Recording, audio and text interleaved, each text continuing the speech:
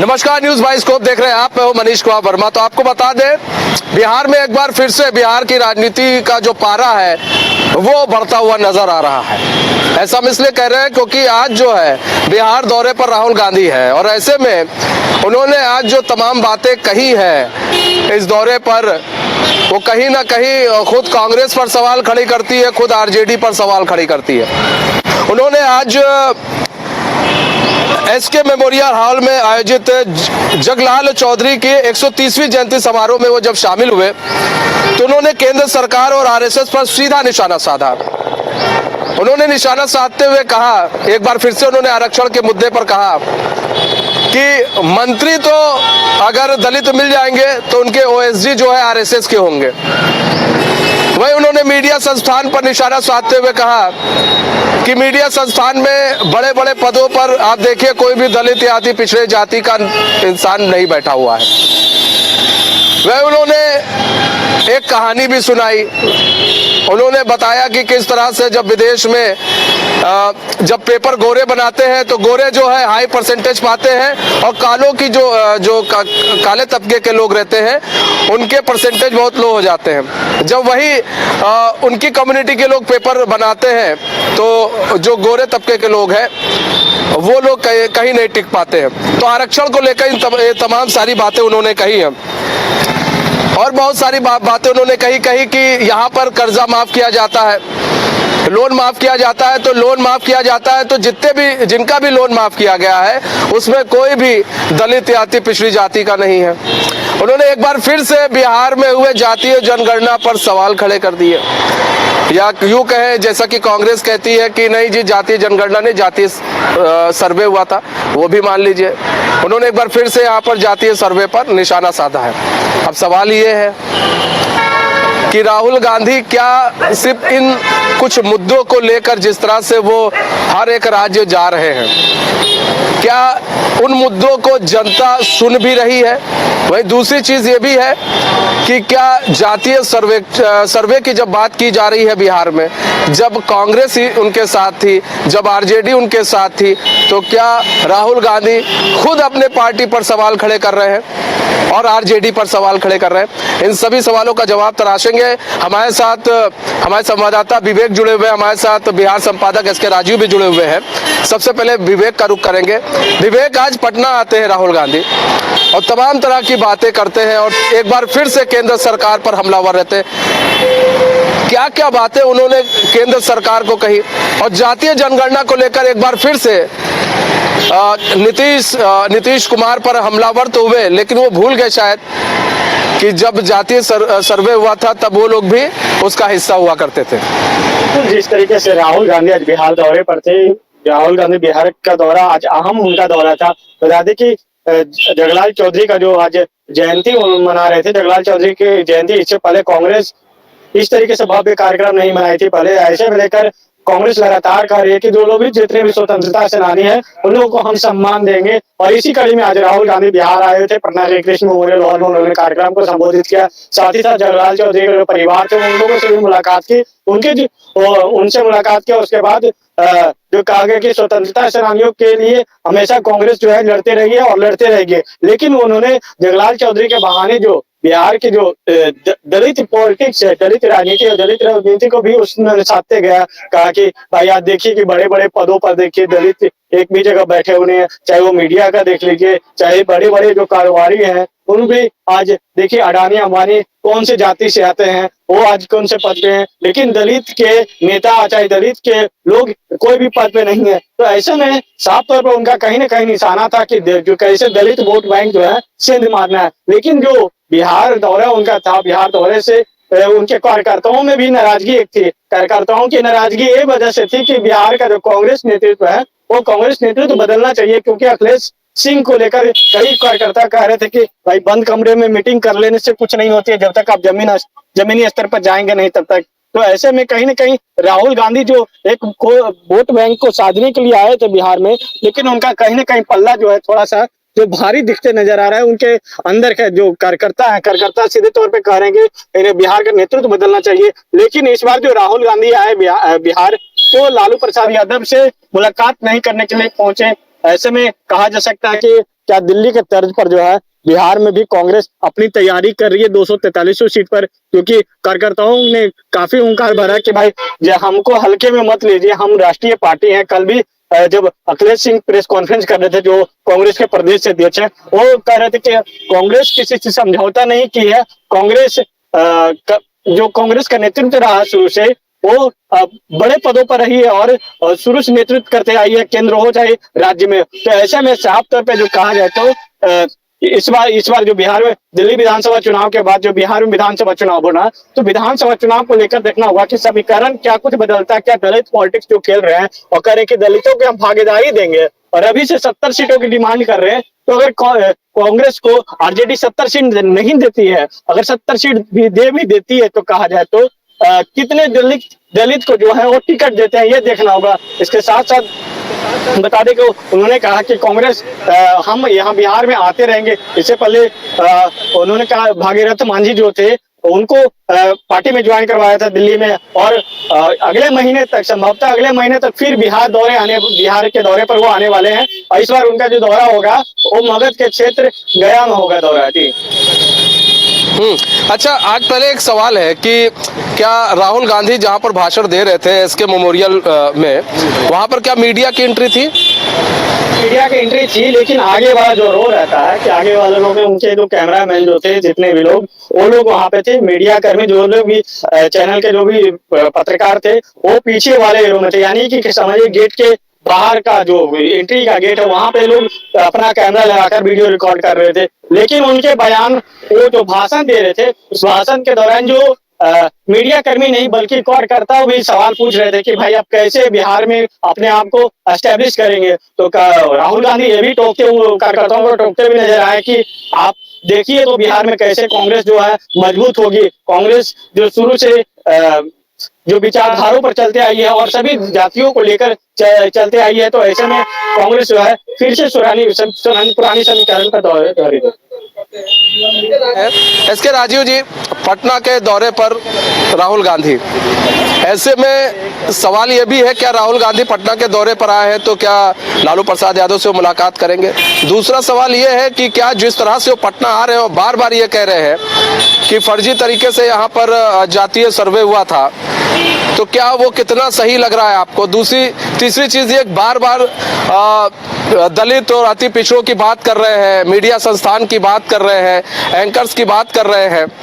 क्या लग रहा है इस तरह की बातें करके क्या बिहार की जनता, चूंकि बिहार में चुनाव, इसलिए हम बिहार की जनता से इसे जोड़ लें, और उन्होंने बात भी पटना में कही है, क्या बिहार की जनता ये सब सुनेगी और बिहार की जनता को जो उनके मूलभूत बातें हैं या फिर जो मेन समस्या है वो गौड़ होती नजर आ रही है और इस तरह की चीजें सामने आ रही है? क्या बिहार की जनता ये सुनेगी और इस चीज को समझेगी, राहुल गांधी के इस बयान को? नहीं, देखिए मनीष जी, दरअसल में आपको याद होगा कि जनवरी में राहुल गांधी बिहार के दौरे पर आए हुए थे और एक निजी कार्यक्रम में जो संविधान बचाओ यात्रा की उन्होंने शुरुआत की थी, उसी के तहत एक कार्यक्रम में वो पटना में पार्टिसिपेट किए थे। और उस समय भी उन्होंने कमोबेश यही बातें कही जो आज उन्होंने कहा है। यानी कि राहुल गांधी एक ऐसे नेता हैं जो खुद की नीतियों को ही सवालों के कटघरे में खड़े कर देते हैं। अब देखिए, आज जो बातचीत राहुल गांधी ने की है वो जगलाल चौधरी जी की कार्यक्रम में आए हुए थे, बड़े नेता थे बिहार के, वो पूर्व मंत्री भी रह चुके हैं, तो उनके कार्यक्रम में आए हुए थे। और आप देखिए कि बड़ा दिलचस्प ये है, जो मैं पढ़ रहा था अभी थोड़ी देर पहले एक सोशल मीडिया पर, कि वो जिस कार्यक्रम में गए थे तो वो जगलाल जी का नाम ही लेना भूल गए वो। यानी कि जिनके कार्यक्रम में आप पार्टिसिपेट करने जाते हैं, आप उसी शख्सियत का नाम नहीं लेते हैं और फिर बाद में मंच पर उनको याद दिलाया जाता है। यानी कि वो किस कार्यक्रम में जा रहे हैं, उनको वहाँ पर क्या बोलना है, ये उनको पता नहीं होता है। अमूमन होता यह है कि हम लोग भी जब किसी कार्यक्रम में जाते हैं, या फिर कोई नेता हो या फिर सोशल वर्कर हो या फिर बुद्धिजीवी हो, वो अगर किसी कार्यक्रम में जाता है तो पहले वहाँ के मुद्दों पर बात करता है, उस कार्यक्रम के विषय में बात करता है। लेकिन राहुल गांधी आज जब इस कार्यक्रम में पहुँचे तो उन्होंने जगलाल चौधरी को लेकर के कोई टिप्पणी नहीं की, उन पर कोई बयानबाजी नहीं की, उनको लेकर उनकी चर्चा तक उन्होंने नहीं की।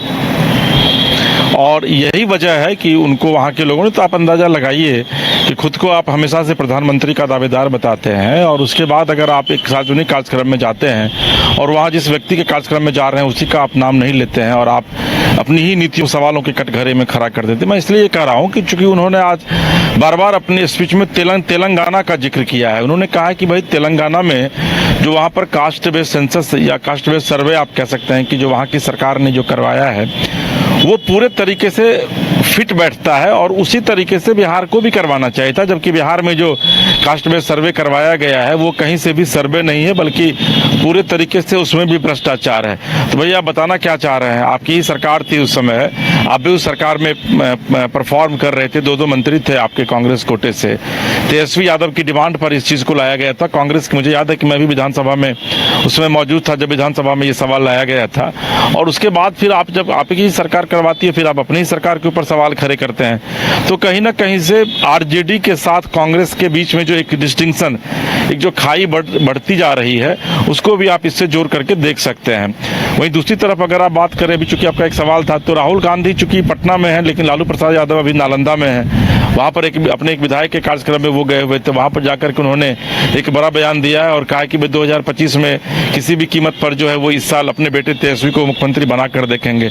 आप और एक थोड़ा सा और आप पीछे जाइए, कुछ घंटे पीछे, तो तेजस्वी यादव जा करके राज्यपाल से मिलते हैं और फिर मिलने के बाद वो सीधे दिल्ली के लिए निकल जाते हैं। तो कहीं ना कहीं से राहुल गांधी जब एक बड़े चेहरे हैं, एक राष्ट्रीय नेतृत्व करता है, वो इंडिया गठबंधन को लीड कर रहे हैं और वो अगर पटना में है तो फिर लालू यादव को नालंदा जाने की क्या आवश्यकता थी, तेजस्वी यादव को फिर दिल्ली जाने की क्या आवश्यकता थी। तो ये भी सवालों के कटघरे में है कि क्या भाई वाकई में अब आरजेडी जो है वो राहुल गांधी से पीछा छुड़ाना चाह रही है, क्योंकि राहुल गांधी जब भी पटना आते हैं, हर एक महीने पटना आते हैं और आएंगे भी आने वाले दिनों में, चूंकि चुनाव का माहौल जो है वो होली के बाद शुरू हो जाएगा। तो ऐसी स्थिति में आकर के अगर आप एक ही मुद्दे पर लगातार सवाल खड़े कर रहे हैं, आप मीडिया को कटघरे में खड़े कर रहे हैं, आप कह रहे हैं कि भाई मीडिया में एक भी दलित चेहरा नहीं है, मीडिया में एक भी अति पिछड़ी जाति के लोग नहीं, जबकि मैं आपको बताऊं मनीष जी कि हमारे संस्थान में भी जो आपका कैमरा चला रहे हैं वो अति पिछड़ी जाति से हैं। हमारे जो कैमरा पर्सन हैं हमारे संस्थान में पिछड़ी जाति के लोग हैं। तो ये आरोप लगाना मीडिया संस्थान पर और मीडिया को आके सामने पर क्यों ले रहे हैं? आप देखेंगे कि राहुल गांधी जब भी जाते हैं तो एक तरफ विपक्षी पार्टियां, उनके अपोजिशन जो है वो उनके निशाने पर रहती है, बिहार में सत्ता पक्ष उनके निशाने पर है, तो वहीं दूसरी तरफ वो मीडिया को जो है वो सॉफ्ट नहीं बल्कि हार्ड टारगेट करते हैं। तो आखिर इसके पीछे की वजह क्या है, ये चीज़ कहीं ना कहीं से समझने की आवश्यकता है कि राहुल गांधी के हिट लिस्ट में आखिर मीडिया क्यों है? क्या वाकई में मीडिया जो है वो सरकार के पक्ष में, सत्ता पक्षी खबरों को ज़्यादा दिखा रही है? जबकि हम लोग तो, मैं तो देखा अभी कि जो बड़े बड़े जो चैनल हैं, जो रीजनल चैनल हैं, वो राहुल गांधी के स्पीच को दिखा रहे थे टीवी स्क्रीन पर। तो आखिर मीडिया के बहाने राहुल गांधी क्या इस देश के उद्योगपतियों को टारगेट कर रहे हैं? ये भी एक बड़ी बात है, चूंकि अमूमन मीडिया हाउसेज जो है बड़े उद्योगपति ही चलाते हैं। तो ये तमाम तरह के सवाल हैं जिस सवाल का जवाब राहुल गांधी को आने वाले दिनों में देना पड़ेगा। और आपका जो एक सवाल था, मुझे लगता है कि कहीं ना कहीं से आरजेडी और कांग्रेस के बीच में मतभेद जो है वो बढ़े हैं और यही वजह है कि राहुल गांधी दिल्ली से पटना आते हैं और पटना में लालू प्रसाद यादव और तेजस्वी यादव पटना से बाहर चले जाते हैं। जी मनीष जी, मतलब कहीं ना कहीं ये समझा जाए कि कुछ है, मतलब कुछ खिचड़ी पक रही है और आरजेडी और कांग्रेस में अभी सब कुछ सही नहीं है। अगर हम एक दूसरी तस्वीर देखें, क्योंकि अगर सब कुछ सही होता तो एटलीस्ट कोई तो बड़ा इनका पदाधिकारी जाता आरजेडी का, राहुल गांधी से मिलने उनके साथ रहता, उनसे बातचीत करता, कुछ ऐसी तस्वीरें निकल कर आती। तो क्या समझा जाए, कुछ है, खिचड़ी पक रही है? नहीं देखिए, पिछली बार भी जब आए हुए थे तेजस्वी यादव पटना, तो आपको याद होगा कि वो होटल मौर्या में रुके थे जहां पर कि आरजेडी के राष्ट्रीय कार्यकारिणी की बैठक हो रही थी। मुझे लग रहा है कि संभवतः 4 तारीख था। उस बैठक में वो जब अपने रूम में जाते हैं थोड़ा आराम करने के लिए, तो तेजस्वी यादव उनसे जाकर के 10 सेकंड 20 सेकंड के लिए मात्र उनकी मुलाकात होती है। लेकिन फिर राहुल गांधी का फ्लाइट लगभग 2:30 बजे के करीब था, लेकिन उसको वो कैंसिल करते हैं और फिर शाम की फ्लाइट से जाते हैं और वो लालू प्रसाद यादव के आवास पर जाते हैं। उनको विधिवत लालू जी के द्वारा सम्मानित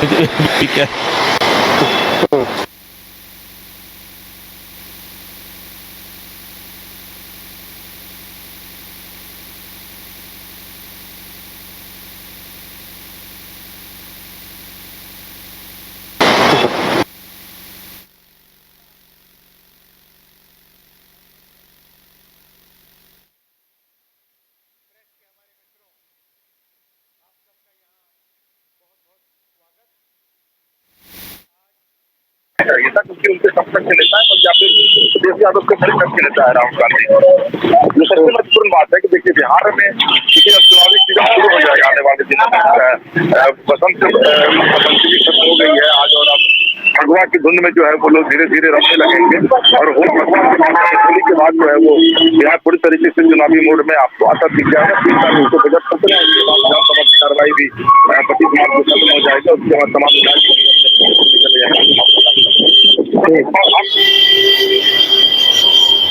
अखिलेश सिंह जो कांग्रेस के अध्यक्ष प्रदेश अध्यक्ष हैं, उन्होंने यह कहा था कि भाई सम्मानजनक सीट से वो कम पर इस बार समझौता नहीं करेंगे। हालांकि अखिलेश सिंह के विषय में यह कहा जाता है कि वो वही भाषा बोलते हैं जो लालू यादव बोलते हैं, लेकिन अखिलेश सिंह के साथ कई कांग्रेस के नेताओं ने आला कमान यानी कि सोनिया गांधी जी से भी मुलाकात की है, मल्लिकार्जुन खड़गे जी से भी मुलाकात की और यह कहा है कि भाई बिहार में कांग्रेस का खोया जनाधार था, उसको फिर से वापस लाने की तैयारी करनी चाहिए और इसलिए आपको ज़्यादा से ज़्यादा सीट पर चुनाव लड़ने की जरूरत है। आरजेडी मुझे लगता है कि कांग्रेस को 20 सीट से ज़्यादा देने के पक्ष में नहीं है, तो आने वाले दिनों में सीट को लेकर के निश्चित तौर पर जो है वो एक पेच फंसेगी। और लगातार राहुल गांधी पिछली बार भी जब आए थे तो उन्होंने आरजेडी की नीतियों पर सवाल खड़ा किया था, इस बार भी जब वो आए हैं तो वो आरजेडी की नीतियों पर वो सवाल खड़े कर रहे हैं। और जब पिछली बार जो सदाकत आश्रम गए थे, जिसमें कि कांग्रेस कार्यालय है, उसी को सदाकत आश्रम कहा जाता है, तो वहाँ पर जितने भी वर्कर्स थे पूरे बिहार से आए हुए थे, उन वर्कर्स के साथ उनकी एक मीटिंग होती है और उस मीटिंग में जितने भी कार्यकर्ता हैं वो कहते हैं कि राहुल जी अब बहुत हो गया, बिहार को फिर से बिहार कांग्रेस को पुराने दिनों में लौटने दीजिए। यानी कि पुराने दिन में लौटने का मतलब है कि 1990 के पहले कांग्रेस का शासन बिहार में हुआ करता था, तो फिर से आप उस दौर में बिहार को लौटने दीजिए और इसके लिए आपको अकेले चुनाव लड़ने की आवश्यकता है। तो देखिए कांग्रेस के कार्यकर्ताओं का प्रेशर राहुल गांधी पर है, आला कमान पर है और इधर आरजेडी की नीतियों पर जो है वो सवाल खड़े कर रहे हैं राहुल गांधी। मुझे लगता है कि तमाम ये जो वजहें हैं, इन वजहों की वजह से, हाँ एक और है कि प्रशांत किशोर ने भी कुछ दिन पहले बयान दिया था, उन्होंने कांग्रेस की तारीफ की थी, कांग्रेस के लिए भी बतौर स्ट्रेटेजिस्ट वो काम दिल्ली में कर चुके हैं। तो कहीं ना कहीं से ये चीज़ अब आरजेडी को भी लग रहा है कि भाई कांग्रेस अगर बहुत ज़्यादा हाथ पांव बढ़ाती है तो भाई कांग्रेस से दरकिनार महागठबंधन में कर लिया जाएगा। और इसी कांग्रेस को भी लग रही है कि अगर आरजेडी ज़्यादा सीट नहीं देगी आने वाले दिनों में तो फिर अकेले चुनाव लड़ने में या फिर पीके के साथ या और भी कई पार्टियां जिनके साथ वो गठबंधन करके चुनाव लड़ सकते हैं। यही वजह है कि आज राहुल गांधी जो है वो पटना आने के बाद उन्होंने आरजेडी की नीतियों पर, जनसंख्या पॉपुलेशन सेंसस पे, इन तमाम मुद्दों पर जो है वो सवाल खड़े किया है। जी मनीष जी, देखिए हम इस सवाल पर भी आएंगे राजीव जी आपके पास, लेकिन विवेक का रुख करते हैं। विवेक, यहाँ बात की जाए, क्या राहुल गांधी के पास मुद्दे नहीं है? रटा रटाया एक बयान, इससे पहले भी आए तो उन्होंने यही बात कही, आज भी आए तो यही बात कहते हैं, कहीं और भी जाएंगे तो यही बात कहेंगे। क्या राहुल गांधी के पास जिस राज्य में भी जाते हैं उन राज्यों के मुद्दे नहीं होते? क्या उनके जो वहाँ के पदाधिकारी होते हैं वो उनको मुद्दों से रूबरू नहीं कराते? नहीं जनाब इस पर बात कीजिए, नहीं जनाब शिक्षा पर बात कीजिए, नहीं जनाब स्वास्थ्य पर बात कीजिए। राहुल गांधी आते हैं यहाँ पर तो केंद्र सरकार, आरएसएस इस पर ज्यादा बात करते हैं। आपको लग रहा है कि बिहार की जनता जो है इस तरह के मुद्दे पसंद करती है? बिहार की जनता भाई वो तो चाहेगी ना कि यहाँ के जो समस्या है वो कम से कम एटलीस्ट बड़े नेता उसको उजागर करे, उसको उठाए। वो कहीं रहते नहीं, वो तो गौड़ रहते हैं। जी बिल्कुल, जिस तरीके से राहुल गांधी आज बिहार दौरे पर थे, उनका सबसे पहला अगर देख लिए भाषण जब वो दे रहे थे, उस समय जो बिहार जिसके जन जयंती में शामिल होने के लिए पहुंचे थे, उनका नाम तक भूल गए, जगलाल चौधरी की जगह जगत चौधरी कह रहे हैं। और उसके बाद जब बताया जाता है, कार्यकर्ता बताते हैं, तब बोलते हैं जगलाल चौधरी। उसके बाद जगलाल चौधरी के बारे में भी एक पंक्ति भी अगर उन्होंने जिक्र किया हो अपने भाषण में, तो कहा जाए कि जिस शख्सियत के वो जन्म जयंती में पहुंचे उनके बारे में कुछ तक जिक्र किया हो कि उनका क्या बैकग्राउंड था और किस तरीके से उन्होंने संघर्ष किया, इसके बारे में भी जिक्र नहीं किया। नहीं तो बिहार की अगर बात करें, बिहार वो आए तो बिहार में जिस तरीके से बेरोजगारी हो, चाहे जो बेरोजगारी पलायन का एक मुद्दा सबसे रहा बिहार के अंदर है, तो ऐसे में उन लोगों पर एक भी बात नहीं जिक्र की। उनका कहीं ना कहीं सिर्फ एक बिहार का फिर सवाल था कि जातीय जनगणना जो करवाई गई थी वो पूरी तरीके से बिहार में फर्जी था।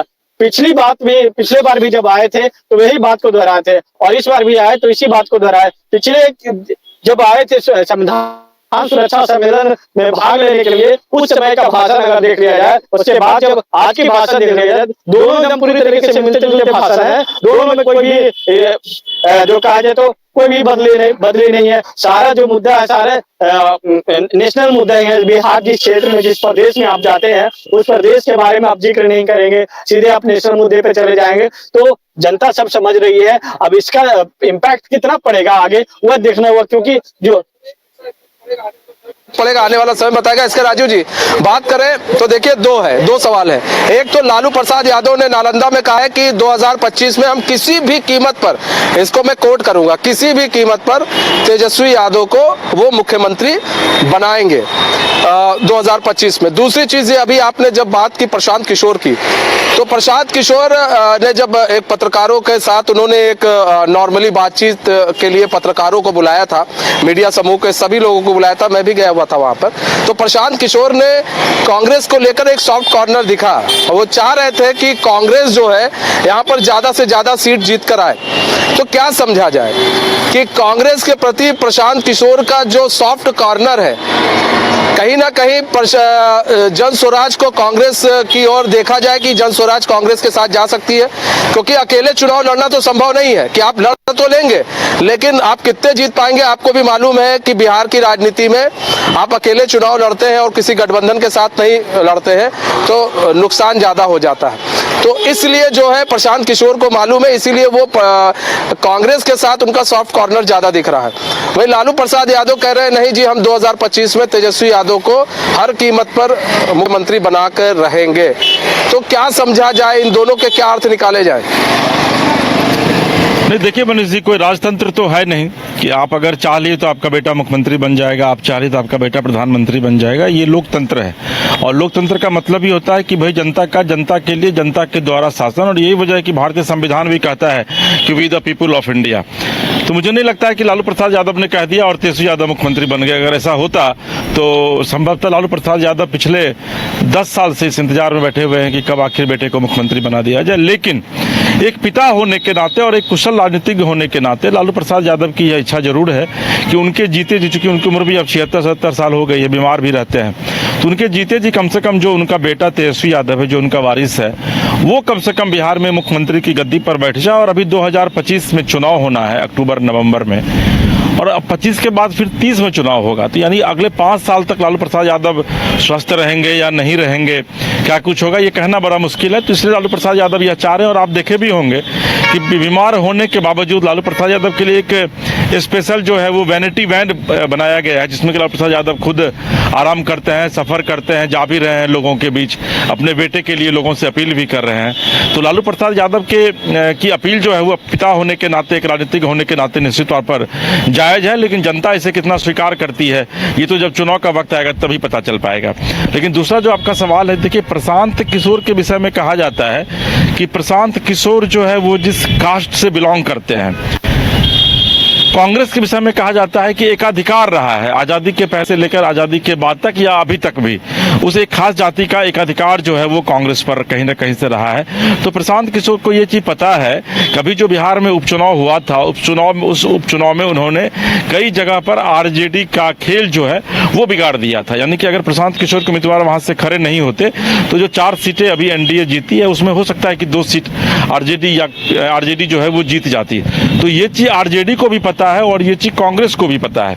यही वजह है कि कांग्रेस निश्चित तौर पर अगर आरजेडी से अलग होती है, हालांकि बड़ा हाइपोथेटिकल अभी क्वेश्चन है ये कि अभी आरजेडी से अलग होगी कांग्रेस या नहीं होगी, लेकिन अगर अलग होती है तो निश्चित तौर पर आने वाले दिनों में प्रशांत किशोर ये जरूर चाहेंगे कि वो कांग्रेस के साथ कोलैबोरेशन बिहार में करके और फिर वो चुनाव लड़े। और कांग्रेस भी चाहेगी, क्योंकि जो वोट का परसेंटेज है प्रशांत किशोर का इस उपचुनाव में वो ठीक ठाक रहा है, लगभग 7-8% के करीब रहा है, और कांग्रेस का जो वोट परसेंट रहता है वो लगभग 18% के करीब रहता है। तो अगर 18 और 11 तो लगभग 30% वोट मिल जाएगा, तो कुछ सीटें जो हैं वो प्रशांत किशोर और कांग्रेस निकाल सकती है। प्रशांत किशोर को ये पता है कि अकेले अगर वो चुनाव लड़ेंगे तो उनकी क्या दुर्गति होने वाली है, कांग्रेस को भी ये चीज पता है कि अकेले वो चुनाव अगर लड़ेगी तो उनकी क्या दुर्गति होने वाली है। और यही वजह है कि आप देखेंगे कि नेशनल के साथ साथ प्रदेश लेवल पर भी जो गवर्नमेंट बन रही है आज की तारीख में, वो कोalition गवर्नमेंट बन रही है, क्योंकि ये तमाम राजनीतिक दलों की जरूरी भी है और मजबूरी भी है कि अगर आप कॉलिशन नहीं करते हैं, अगर आप एक साथ एक मंच पर नहीं जाते हैं कुछ दलों को लेकर के, तो सामने वाले चुनाव में या फिर जिस चुनाव में लड़ते हैं वहाँ पर आपको वो जीत नहीं मिल सकती। अभी आप दिल्ली में भी देख लीजिए कि आम आदमी पार्टी अलग चुनाव लड़ रही है, कांग्रेस अलग चुनाव लड़ रही है, बीजेपी जो है वो जेडीयू और चिराग पासवान के साथ चुनाव लड़ रही है। तो ऐसी स्थिति में अगर वहाँ पर बीजेपी जीतती है आने वाले दिनों में, जब 8 तारीख को चुनाव परिणाम आएगा तो पता चलेगा, तो उसमें ऐसा नहीं है कि सिर्फ बीजेपी की भूमिका होगी, उसमें जेडीयू की भी भूमिका होगी, उसमें चिराग की भी भूमिका होगी। हो सकता है 5 ही सीटों पर उसका इम्पैक्ट पड़े। तो ये चीज़ आज के राजनीतिज्ञों को पता है कि भाई किस तरीके से पॉलिटिक्स करनी है ताकि उसका लाभ जो है वो चुनाव के वक्त लिया जा सके। और यही वजह है कि जो आप बता रहे थे कि जब पत्रकारों के साथ एक अनौपचारिक बात हो रही थी प्रशांत किशोर की, तो उन्होंने कुछ होता है अभी तो 2025 अभी विधान देखना ये होगा राजीव जी कि अभी विधानसभा चुनाव तो थोड़ा दूर है, लेकिन अभी क्या क्या जो है पैतरे चले जाते हैं हर पार्टियों की तरफ से, ये तो आने वाला समय सब कुछ साफ कर देगा, सब कुछ क्लियर कर देगा।